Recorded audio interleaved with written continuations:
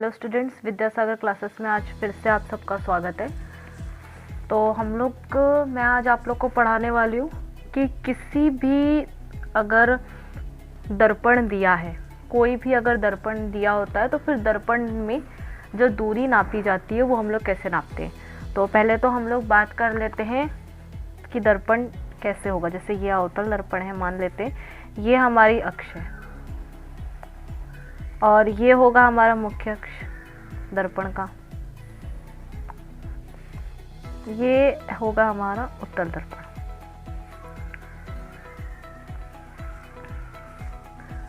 अब जैसे ये होता है हमारा y, ये वाली हमारी एक्सिस होती है x, ये होती है x डैश और ये होती है y डैश। यहाँ पे भी same y dash, x dash और x। तो दर्पण पर जब भी हमारी प्रकाश किरण जो होती है वो सदैव हमारी बाईं ओर से डाली जाती है। ठीक है, सदैव हमारी बाईं ओर से प्रकाश किरण जो होती है वो डाली जाती है, मतलब यहाँ से इधर से जाएगी प्रकाश किरण बाईं ओर से। अर्थात जो हमारी आपतित प्रकाश है वो बाईं ओर से दाईं ओर की तरफ जाएगी, यहाँ से यहाँ जाएगी। ये होगी हमारी आपतित प्रकाश किरण।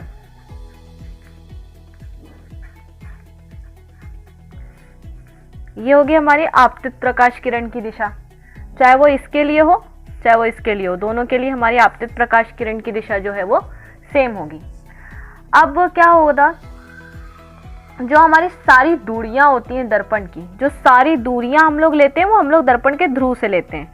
तो जैसे कि ये मेरा दर्पण है, पॉलिश कर दी हम लोगों ने इस साइड, तो ये हम लोगों का बन गया अवतल दर्पण। इस तरफ पॉलिश कर दी तो ये बन गया उत्तल दर्पण। तो दर्पण के ध्रुव से, दर्पण का ध्रुव, दर्पण के ध्रुव से हम लोग सारी दूरियां लेते हैं। जो दूरियां आपतित किरण की दिशा में नाप ली जाती हैं वो धनात्मक चिन्ह के साथ ली जाती हैं, जैसे मतलब जो यहाँ से जा रही हैं। और जो दूरियां आपतित किरण की विपरीत दिशा में नापी जाती हैं वो हर वक्त ऋणात्मक ली जाती हैं। अब जैसे हमारी जो वस्तु, मानी हमारी वस्तु यहाँ पे रखी है ए बी,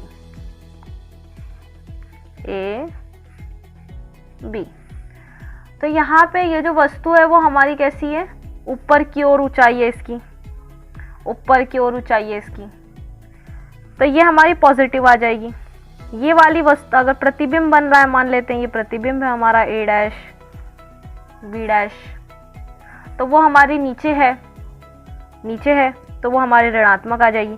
जैसे हम लोग एक नॉर्मल कोऑर्डिनेट से गिन लेते हैं उसी तरीके से हमारी जो हम लोग वस्तु की दूरी, प्रतिबिंब की दूरी और वस्तु की प्रतिबिंब की प्रकृति को भी देख लेते हैं। अगर इस साइड है तो हम लोग पॉजिटिव ले लेते हैं, इस साइड है तो हम लोग निगेटिव, ऊपर है तो पॉजिटिव, नीचे है तो निगेटिव। ये हो जाता है हमारा चिन्ह परिपाटी। अब हम लोगों को एक रिलेशन पढ़ना है। रिलेशन होगा हमारा u, v और f के बीच में। अब यहाँ पे ये जो u है ये होती है हमारी दर्पण से वस्तु की दूरी। जैसे मान लीजिए हमारी वस्तु यहाँ खड़ी है तो दर्पण के ध्रुव से वस्तु की ये जो दूरी है ये, इसे हम लोग स्मॉल u बोलेंगे। v होती है दर्पण से प्रतिबिंब की दूरी।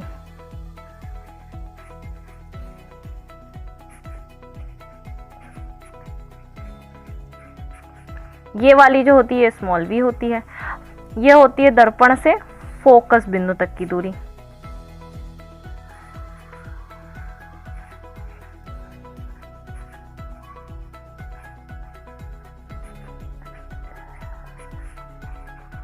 तक की दूरी, या फिर जिसे हम लोग कह देते हैं फोकस दूरी, स्मॉल f से डिनोट करते हैं। इनके बीच में हम लोग को रिलेशन पढ़ना है। तो इनके बीच का जो रिलेशन होता है दो तरीके से होगा। एक हम लोग पहले देखेंगे अवतल दर्पण के लिए, मैं आप लोग को एक दर्पण के लिए बता दूंगी, दूसरे के लिए आप लोग खुद ही कर लेंगे। जैसे अवतल के लिए अगर मैंने बता दिया है तो फिर आप लोग उत्तल दर्पण के लिए कर लेंगे। जैसे लास्ट में मैंने इससे पहले वीडियो में मैंने एक बार आप लोग को बताया था F = R/2 का मैंने एक रिलेशन बताया था। वो भी मैंने आप लोगों को कहा था कि आप लोग अवतल के लिए बता दिया था, उत्तल के लिए मैंने कहा था आप लोगों से कि आप लोग एक बार खुद कर लीजिएगा। तो आते हैं हम लोग रिलेशन के बीच में। तो पहले हम लोग अवतल दर्पण बना लेते हैं।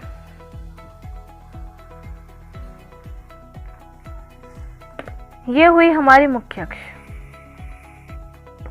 दर्पण है, पॉलिश कर दिया बाहर की तरफ। ये हमारा हो गया अवतल दर्पण। अब यहाँ पे हमारी मान लेते हैं वस्तु यहाँ खड़ी है।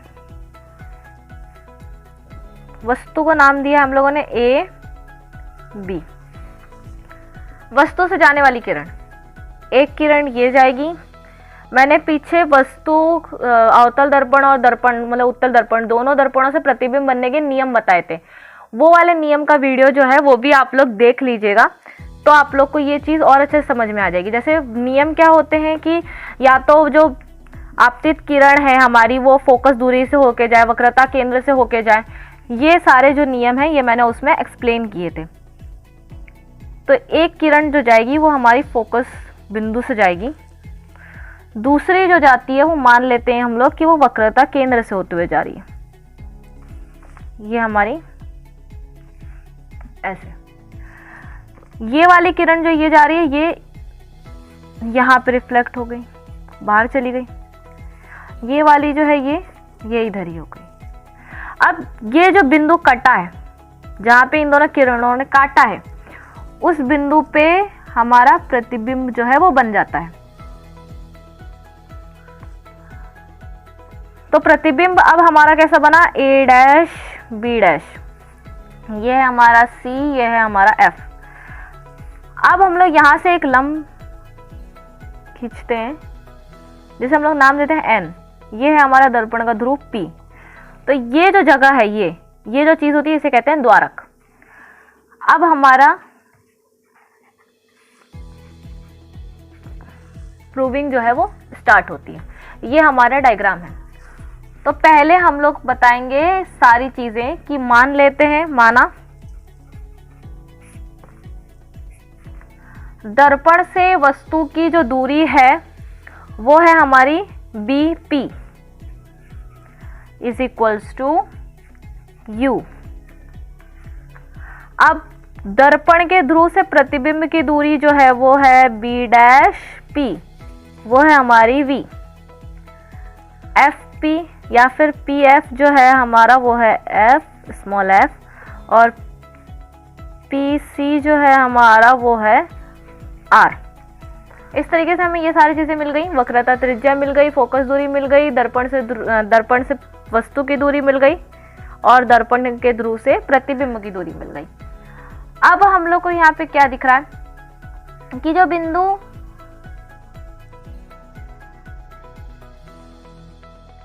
M है हमारा, ये वाला, ये जो बिंदु है, और ये हमारा N है। M से मुख्य अक्ष पर हम लोगों ने एक लंब डाला है MN, ठीक है, ये हमारी मुख्य अक्ष है। अतः जो हमारा MN है, MN वो हमारे वस्तु AB के बराबर होगा। अतः MN = AB, जैसे कि हम लोग इस चित्र में देख सकते हैं। अब हम लोगों को यहाँ पे प्रूविंग स्टार्ट करनी है। तो हम लोग यहाँ पे दो ट्रायंगल्स लेंगे। पहला हम लोग ट्रायंगल लेंगे, ट्रायंगल BABC, और दूसरा हम लोग ट्रायंगल लेंगे A'-B'-C।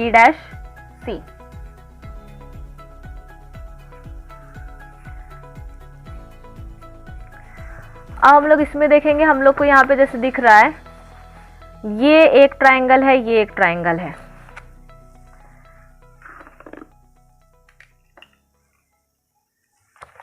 इस ट्रायंगल और इस ट्रायंगल को अगर हम लोग थोड़ा सा बाहर ड्रॉ करते हैं, रफ में देख लेते हैं,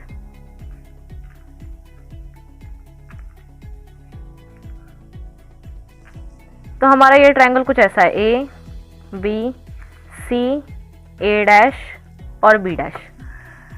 इस ट्रायंगल में हम लोग देख सकते हैं कि ये वाला जो एंगल है, ये वाला एंगल और ये वाला एंगल इक्वल है, क्योंकि ये दोनों कौन से हैं, 90 डिग्री हैं। अब एक और चीज इक्वल है, वो ये है कि angle A C B is equal to angle A dash C B dash. ये दोनों एंगल इक्वल हैं क्योंकि ये दोनों हमारे कौन से हैं, शीर्षाभिमुख कोण है। ये दोनों इक्वल हो गए क्योंकि ये दोनों हमारे शीर्षाभिमुख कोण हैं। अब हम लोग को एक चीज मैंने पीछे मैथ्स में पढ़ाई थी, त्रिभुज जब मैंने शुरू कर रही थी उसमें समरूप त्रिभुज मैंने बताए थे कि त्रिभुज की समरूपता क्या होती है, समरूप त्रिभुज के नियम क्या होते हैं। आप लोग वो वीडियो को एक बार रेफर कर लीजिएगा। उसमें मैंने बताया था कि त्रिभुज समरूप कैसे होते हैं, जब दो मतलब भुजाओं का जो अनुपात होता है वो बराबर हो जाए। तो यहाँ पे भुजाओं का अनुपात कैसे, अगर ये इस भुजा को लंब लिया है, अगर मैंने एक त्रिभुज का, तो दूसरे भी त्रिभुज का लंब ही लेंगे, तो आएगा हमारा A dash A B upon A dash B dash is equal to, दूसरी हमारी भुजा मान लेते हैं हम लोगों ने ये वाली ली है, एक का आधार, तो दूसरे का भी हम लोग आधार ही लेंगे, B C is equals to B dash C. ये हमारे यहाँ पे इक्वेशन हम लोग को बनानी है। अब इसको हम लोग लिखेंगे ऐसे, मान लेते हैं एक ये वाले त्रिभुज और ये वाले त्रिभुज में हमारे पास क्या क्या हम लोग को मिल रहा है। पहला तो हम लोग को मिल रहा है कि angle A B C is equals to angle A dash B dash C, क्योंकि दोनों 90 डिग्री हैं।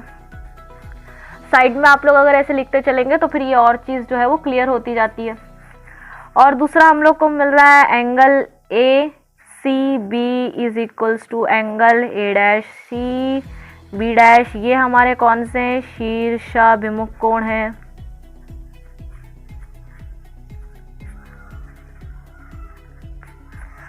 अब हम लोग लिखेंगे अतः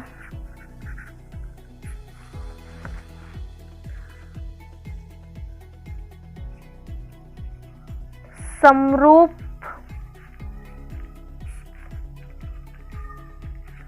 त्रिभुजों के नियम से, समरूप त्रिभुजों के नियम से हम लोग कौन सी इक्वेशन मिल रही है, ये वाली, कि अगर एक त्रिभुज का लंब अगर ले रहे हैं और दूसरे त्रिभुज का लंब का अनुपात बराबर होगा उनकी बची हुई भुजाओं के अनुपात के बराबर, तो ये हमारा समरूप त्रिभुज का नियम होता है। तो ये आ जाएगा हमारा A B is equals to A dash B dash is equals to B C upon B dash C. इसको मान लेते हैं हम लोग इक्वेशन 1। अब दूसरा त्रिभुज लेंगे हम लोग एम एन एफ तथा त्रिभुज ए डैश बी डैश एफ में। अब आइए हम लोग अपना त्रिभुज देखते हैं। पहला हम लोगों ने त्रिभुज कौन सा लिया है, एम एन एफ, ये वाला, और दूसरा त्रिभुज हम लोगों ने लिया है ए डैश बी डैश एफ। तो ये वाले त्रिभुज को अगर हम लोग रफ के लिए बनाएं,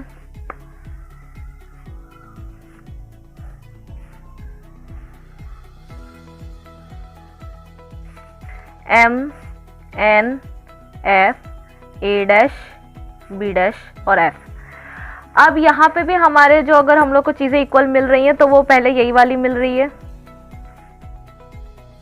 ये दोनों हैं एंगल एम एन एफ, क्योंकि ये हमारे जो हैं 90 डिग्री के एंगल्स हैं। और हमारा एक और मिल रहा है ये वाला, क्योंकि ये हमारा शीर्षाभिमुख कोण है।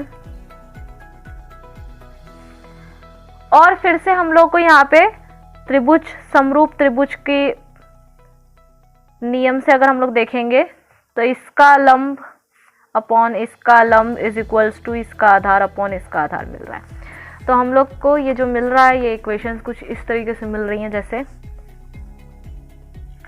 Angle M N F is equals to M N F is equals to angle A dash B dash F.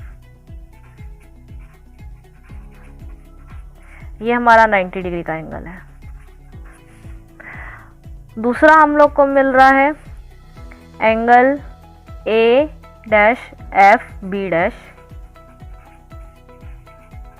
Is equals to M F N.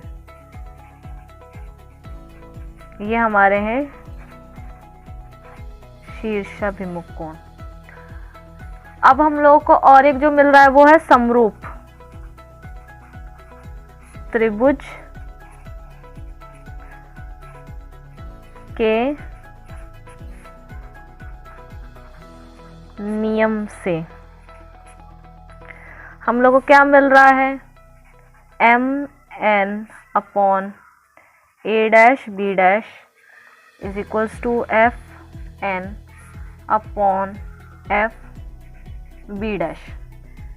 अब यहाँ पे एम एन की जगह पर हम लोग रखेंगे A B upon A dash B dash is equals to F N upon F B. अब आप लोग पूछेंगे कि मैंने एम एन की जगह पे ए बी कैसे रख दिया, क्योंकि हम लोगों ने शुरू में ही लिखा था हमारा एम एन जो है वो ए बी के बराबर है,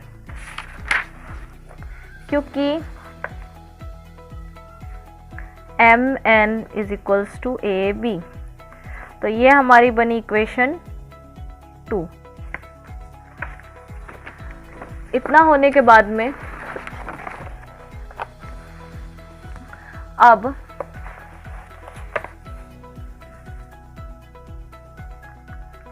समीकरण हम लोग अपनी इक्वेशंस को इक्वल करेंगे 1 और 2 से। हम लोग इक्वेशन 1 और 2 से इक्वल जब करेंगे तो ये वाला जो पोर्शन है ये और ये दोनों इक्वल हैं, तो फिर हमारा इक्वल आ जाएगा B C upon B dash C is equals to F N upon F B dash. इसको हम लोग दे देंगे इक्वेशन 3। यहाँ तक की इक्वेशन अब हमें मिल गई है। अब माना कि यदि जैसे लास्ट टाइम हम लोगों ने प्रूविंग में किया था, दर्पण का जो द्वारक है वो छोटा है। अगर दर्पण का द्वारक छोटा है तो क्या होगा, जो हमारा बिंदु है N, वो बिंदु मतलब बिंदु P या ध्रुव P के बहुत नजदीक होगा, मतलब ऑलमोस्ट उसके ऊपर ही मान लेते हैं, नजदीक होगा। तो हमारा जो एफ एन है वो इज इक्वल्स टू हो जाएगा एफ पी के लगभग अप्रॉक्स। हम लोगों ने पूरा नहीं बोला है कि ये पूरा पूरा उसी के ऊपर है, मानना है कि वो बहुत नज़दीक है। तो ये जो दर्पण का द्वारक है ये एन, ये जो है ये बहुत कम डिस्टेंस है। तो ये जो एन है, चाहे एफ एन लें या फिर एफ पी लें, दोनों इक्वल की ही बात है, बहुत लमसम सा डिफरेंस है। तो समीकरण 3 से अब हम लोग मान लेते हैं एफ एन को हम लोगों ने इसमें रखा है। तो समीकरण 3 से हम लोग को क्या मिल रहा है, B C upon B dash C is equal to F N की जगह पे हम लोग को एफ पी रखना है अपॉन एफ बी डैश। ये आया। अब हमारी बी सी, अब हम लोगों को इसकी वैल्यूज लिखनी है। बी सी की वैल्यू क्या होगी, बी सी की वैल्यू हो जाएगी, पी से लेंगे हम लोग दर्पण के ध्रुव से, P B minus P C, तो हम लोग को वैल्यू मिल जाएगी बी सी की। हम लोग को ये वाली वैल्यू फाइंड आउट करनी है, तो हम लोगों ने इस पूरे से इतने को माइनस कर दिया, तो हमारे पास ये बच गई। ठीक है, तो हम लोग यहाँ पे लिख देंगे P B minus P C upon, अब हम लोग को वैल्यू लिखनी है बी डैश सी की। बी डैश सी के लिए भी सेम हम लोग ऐसे ही करेंगे, पी से लेके सी तक नाप लेंगे, P C minus P B dash, P C minus P B dash is equals to, हम लोग एफ पी की जगह पे एफ पी रखेंगे, क्योंकि हमारी जो सारी दूरियां होती हैं वो हम लोग दर्पण के ध्रुव से लेते हैं, इसीलिए हम लोग यहाँ पे जो है वो बीच की जो दूरी है बी सी और ये सारी हम लोग इनको हटा रहे हैं। डायरेक्ट हम लोग सारी जो दूरियां वो दर्पण के ध्रुव से ले रहे हैं, ये ऑलरेडी दर्पण के ध्रुव से ही है। अब हम लोग एफ बी की वैल्यू लिखेंगे, एफ बी की वैल्यू हम लोग को मिल जाएगी पी एफ बी डैश की minus P B dash minus F P. F B dash की वैल्यू चाहिए थी P B dash minus F P या फिर पी एफ। अब हम लोगों ने जैसे सारी दूरियां हैं वो दर्पण के ध्रुव से ही ले ली हैं, तो हम लोगों को यहां पे मिलेगा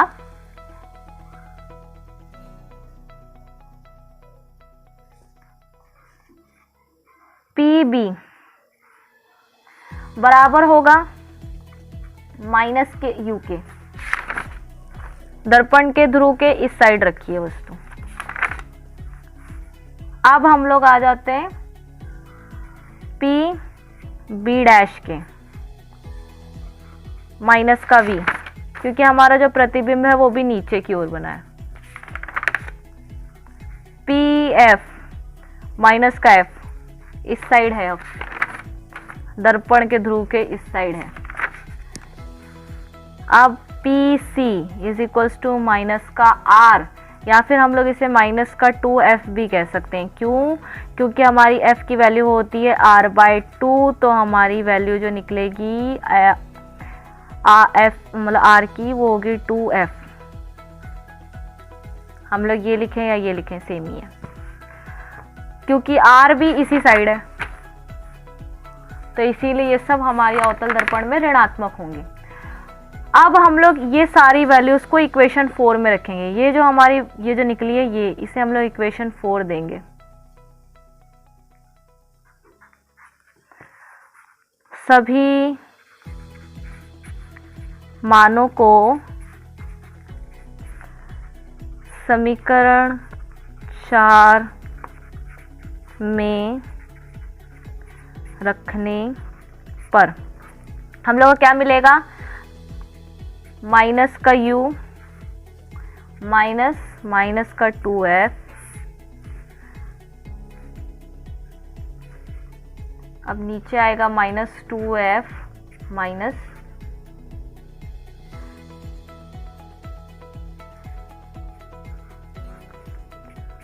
v इज इक्वल्स टू, यहाँ पे माइनस का f अपॉन माइनस का v माइनस f। यहाँ पे ये माइनस माइनस प्लस हो जाएगा, तो आएगा -u plus 2f upon -2f plus v is equals to -f upon -v plus f। ये इक्वेशन आ गई। अब हम लोग इसे क्रॉस मल्टीप्लाई करके सॉल्व करेंगे, तो हम लोगों को जो इक्वेशन मिलेगी वो कुछ ऐसी होगी। प्लस का होगा 2f square minus vf equals to uv minus 2fv minus uf plus 2f square. ये कहाँ से आई इतनी बड़ी इक्वेशन? मैं आप लोग को बताती हूँ, सोल्यूशन देख लीजिए।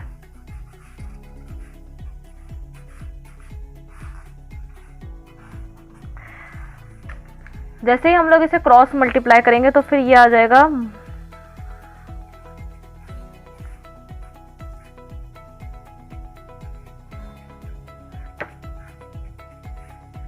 बस टू, ये है माइनस का f, इसका मल्टीप्लाई हो जाएगा -2f प्लस v से। एक बार इसका इस पूरे के साथ मल्टीप्लाई होगा,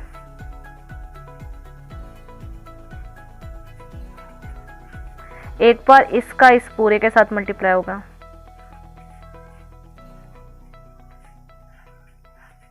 अब एक बार यहाँ पे मल्टीप्लाई, इसको अंदर कर देते हैं सीधे, तो एफ स्क्वायर माइनस है, माइनस माइनस प्लस हो जाएगा, तो 2f स्क्वायर माइनस, ये वाला माइनस इधर जाएगा, vf। अब इससे मल्टीप्लाई करते हैं, ये माइनस माइनस तो प्लस हो गया और ये क्या आया uv, ये माइनस प्लस माइनस हो गया और आया uf। अब नीचे अंदर जाएगा, ये आएगा minus 2fv plus 2f square. अब यहाँ पे आप जैसे कि देख सकते हैं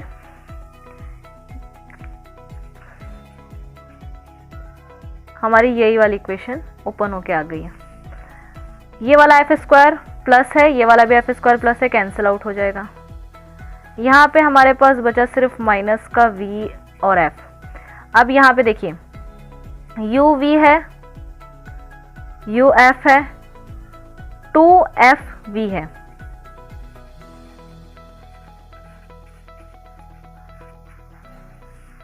ये वाला fv को वो साइड भेज देंगे,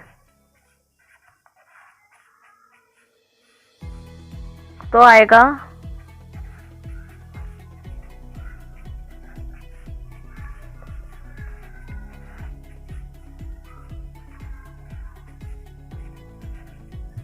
ये इक्वेशन हमारे पास आ गई। अब हम लोग इसको भी वो साइड ले जाएंगे,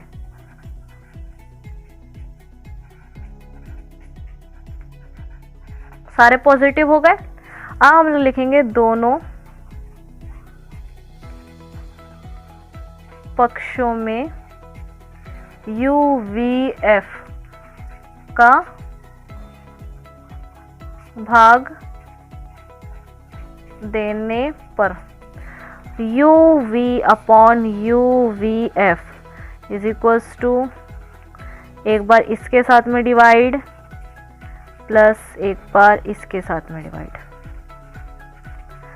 UV से UV कैंसिल, बचा 1 अपॉन F, V से V कैंसिल, F से F कैंसिल, बचा 1 अपॉन U, प्लस U से U कैंसिल, F से F कैंसिल, बचा 1 अपॉन V।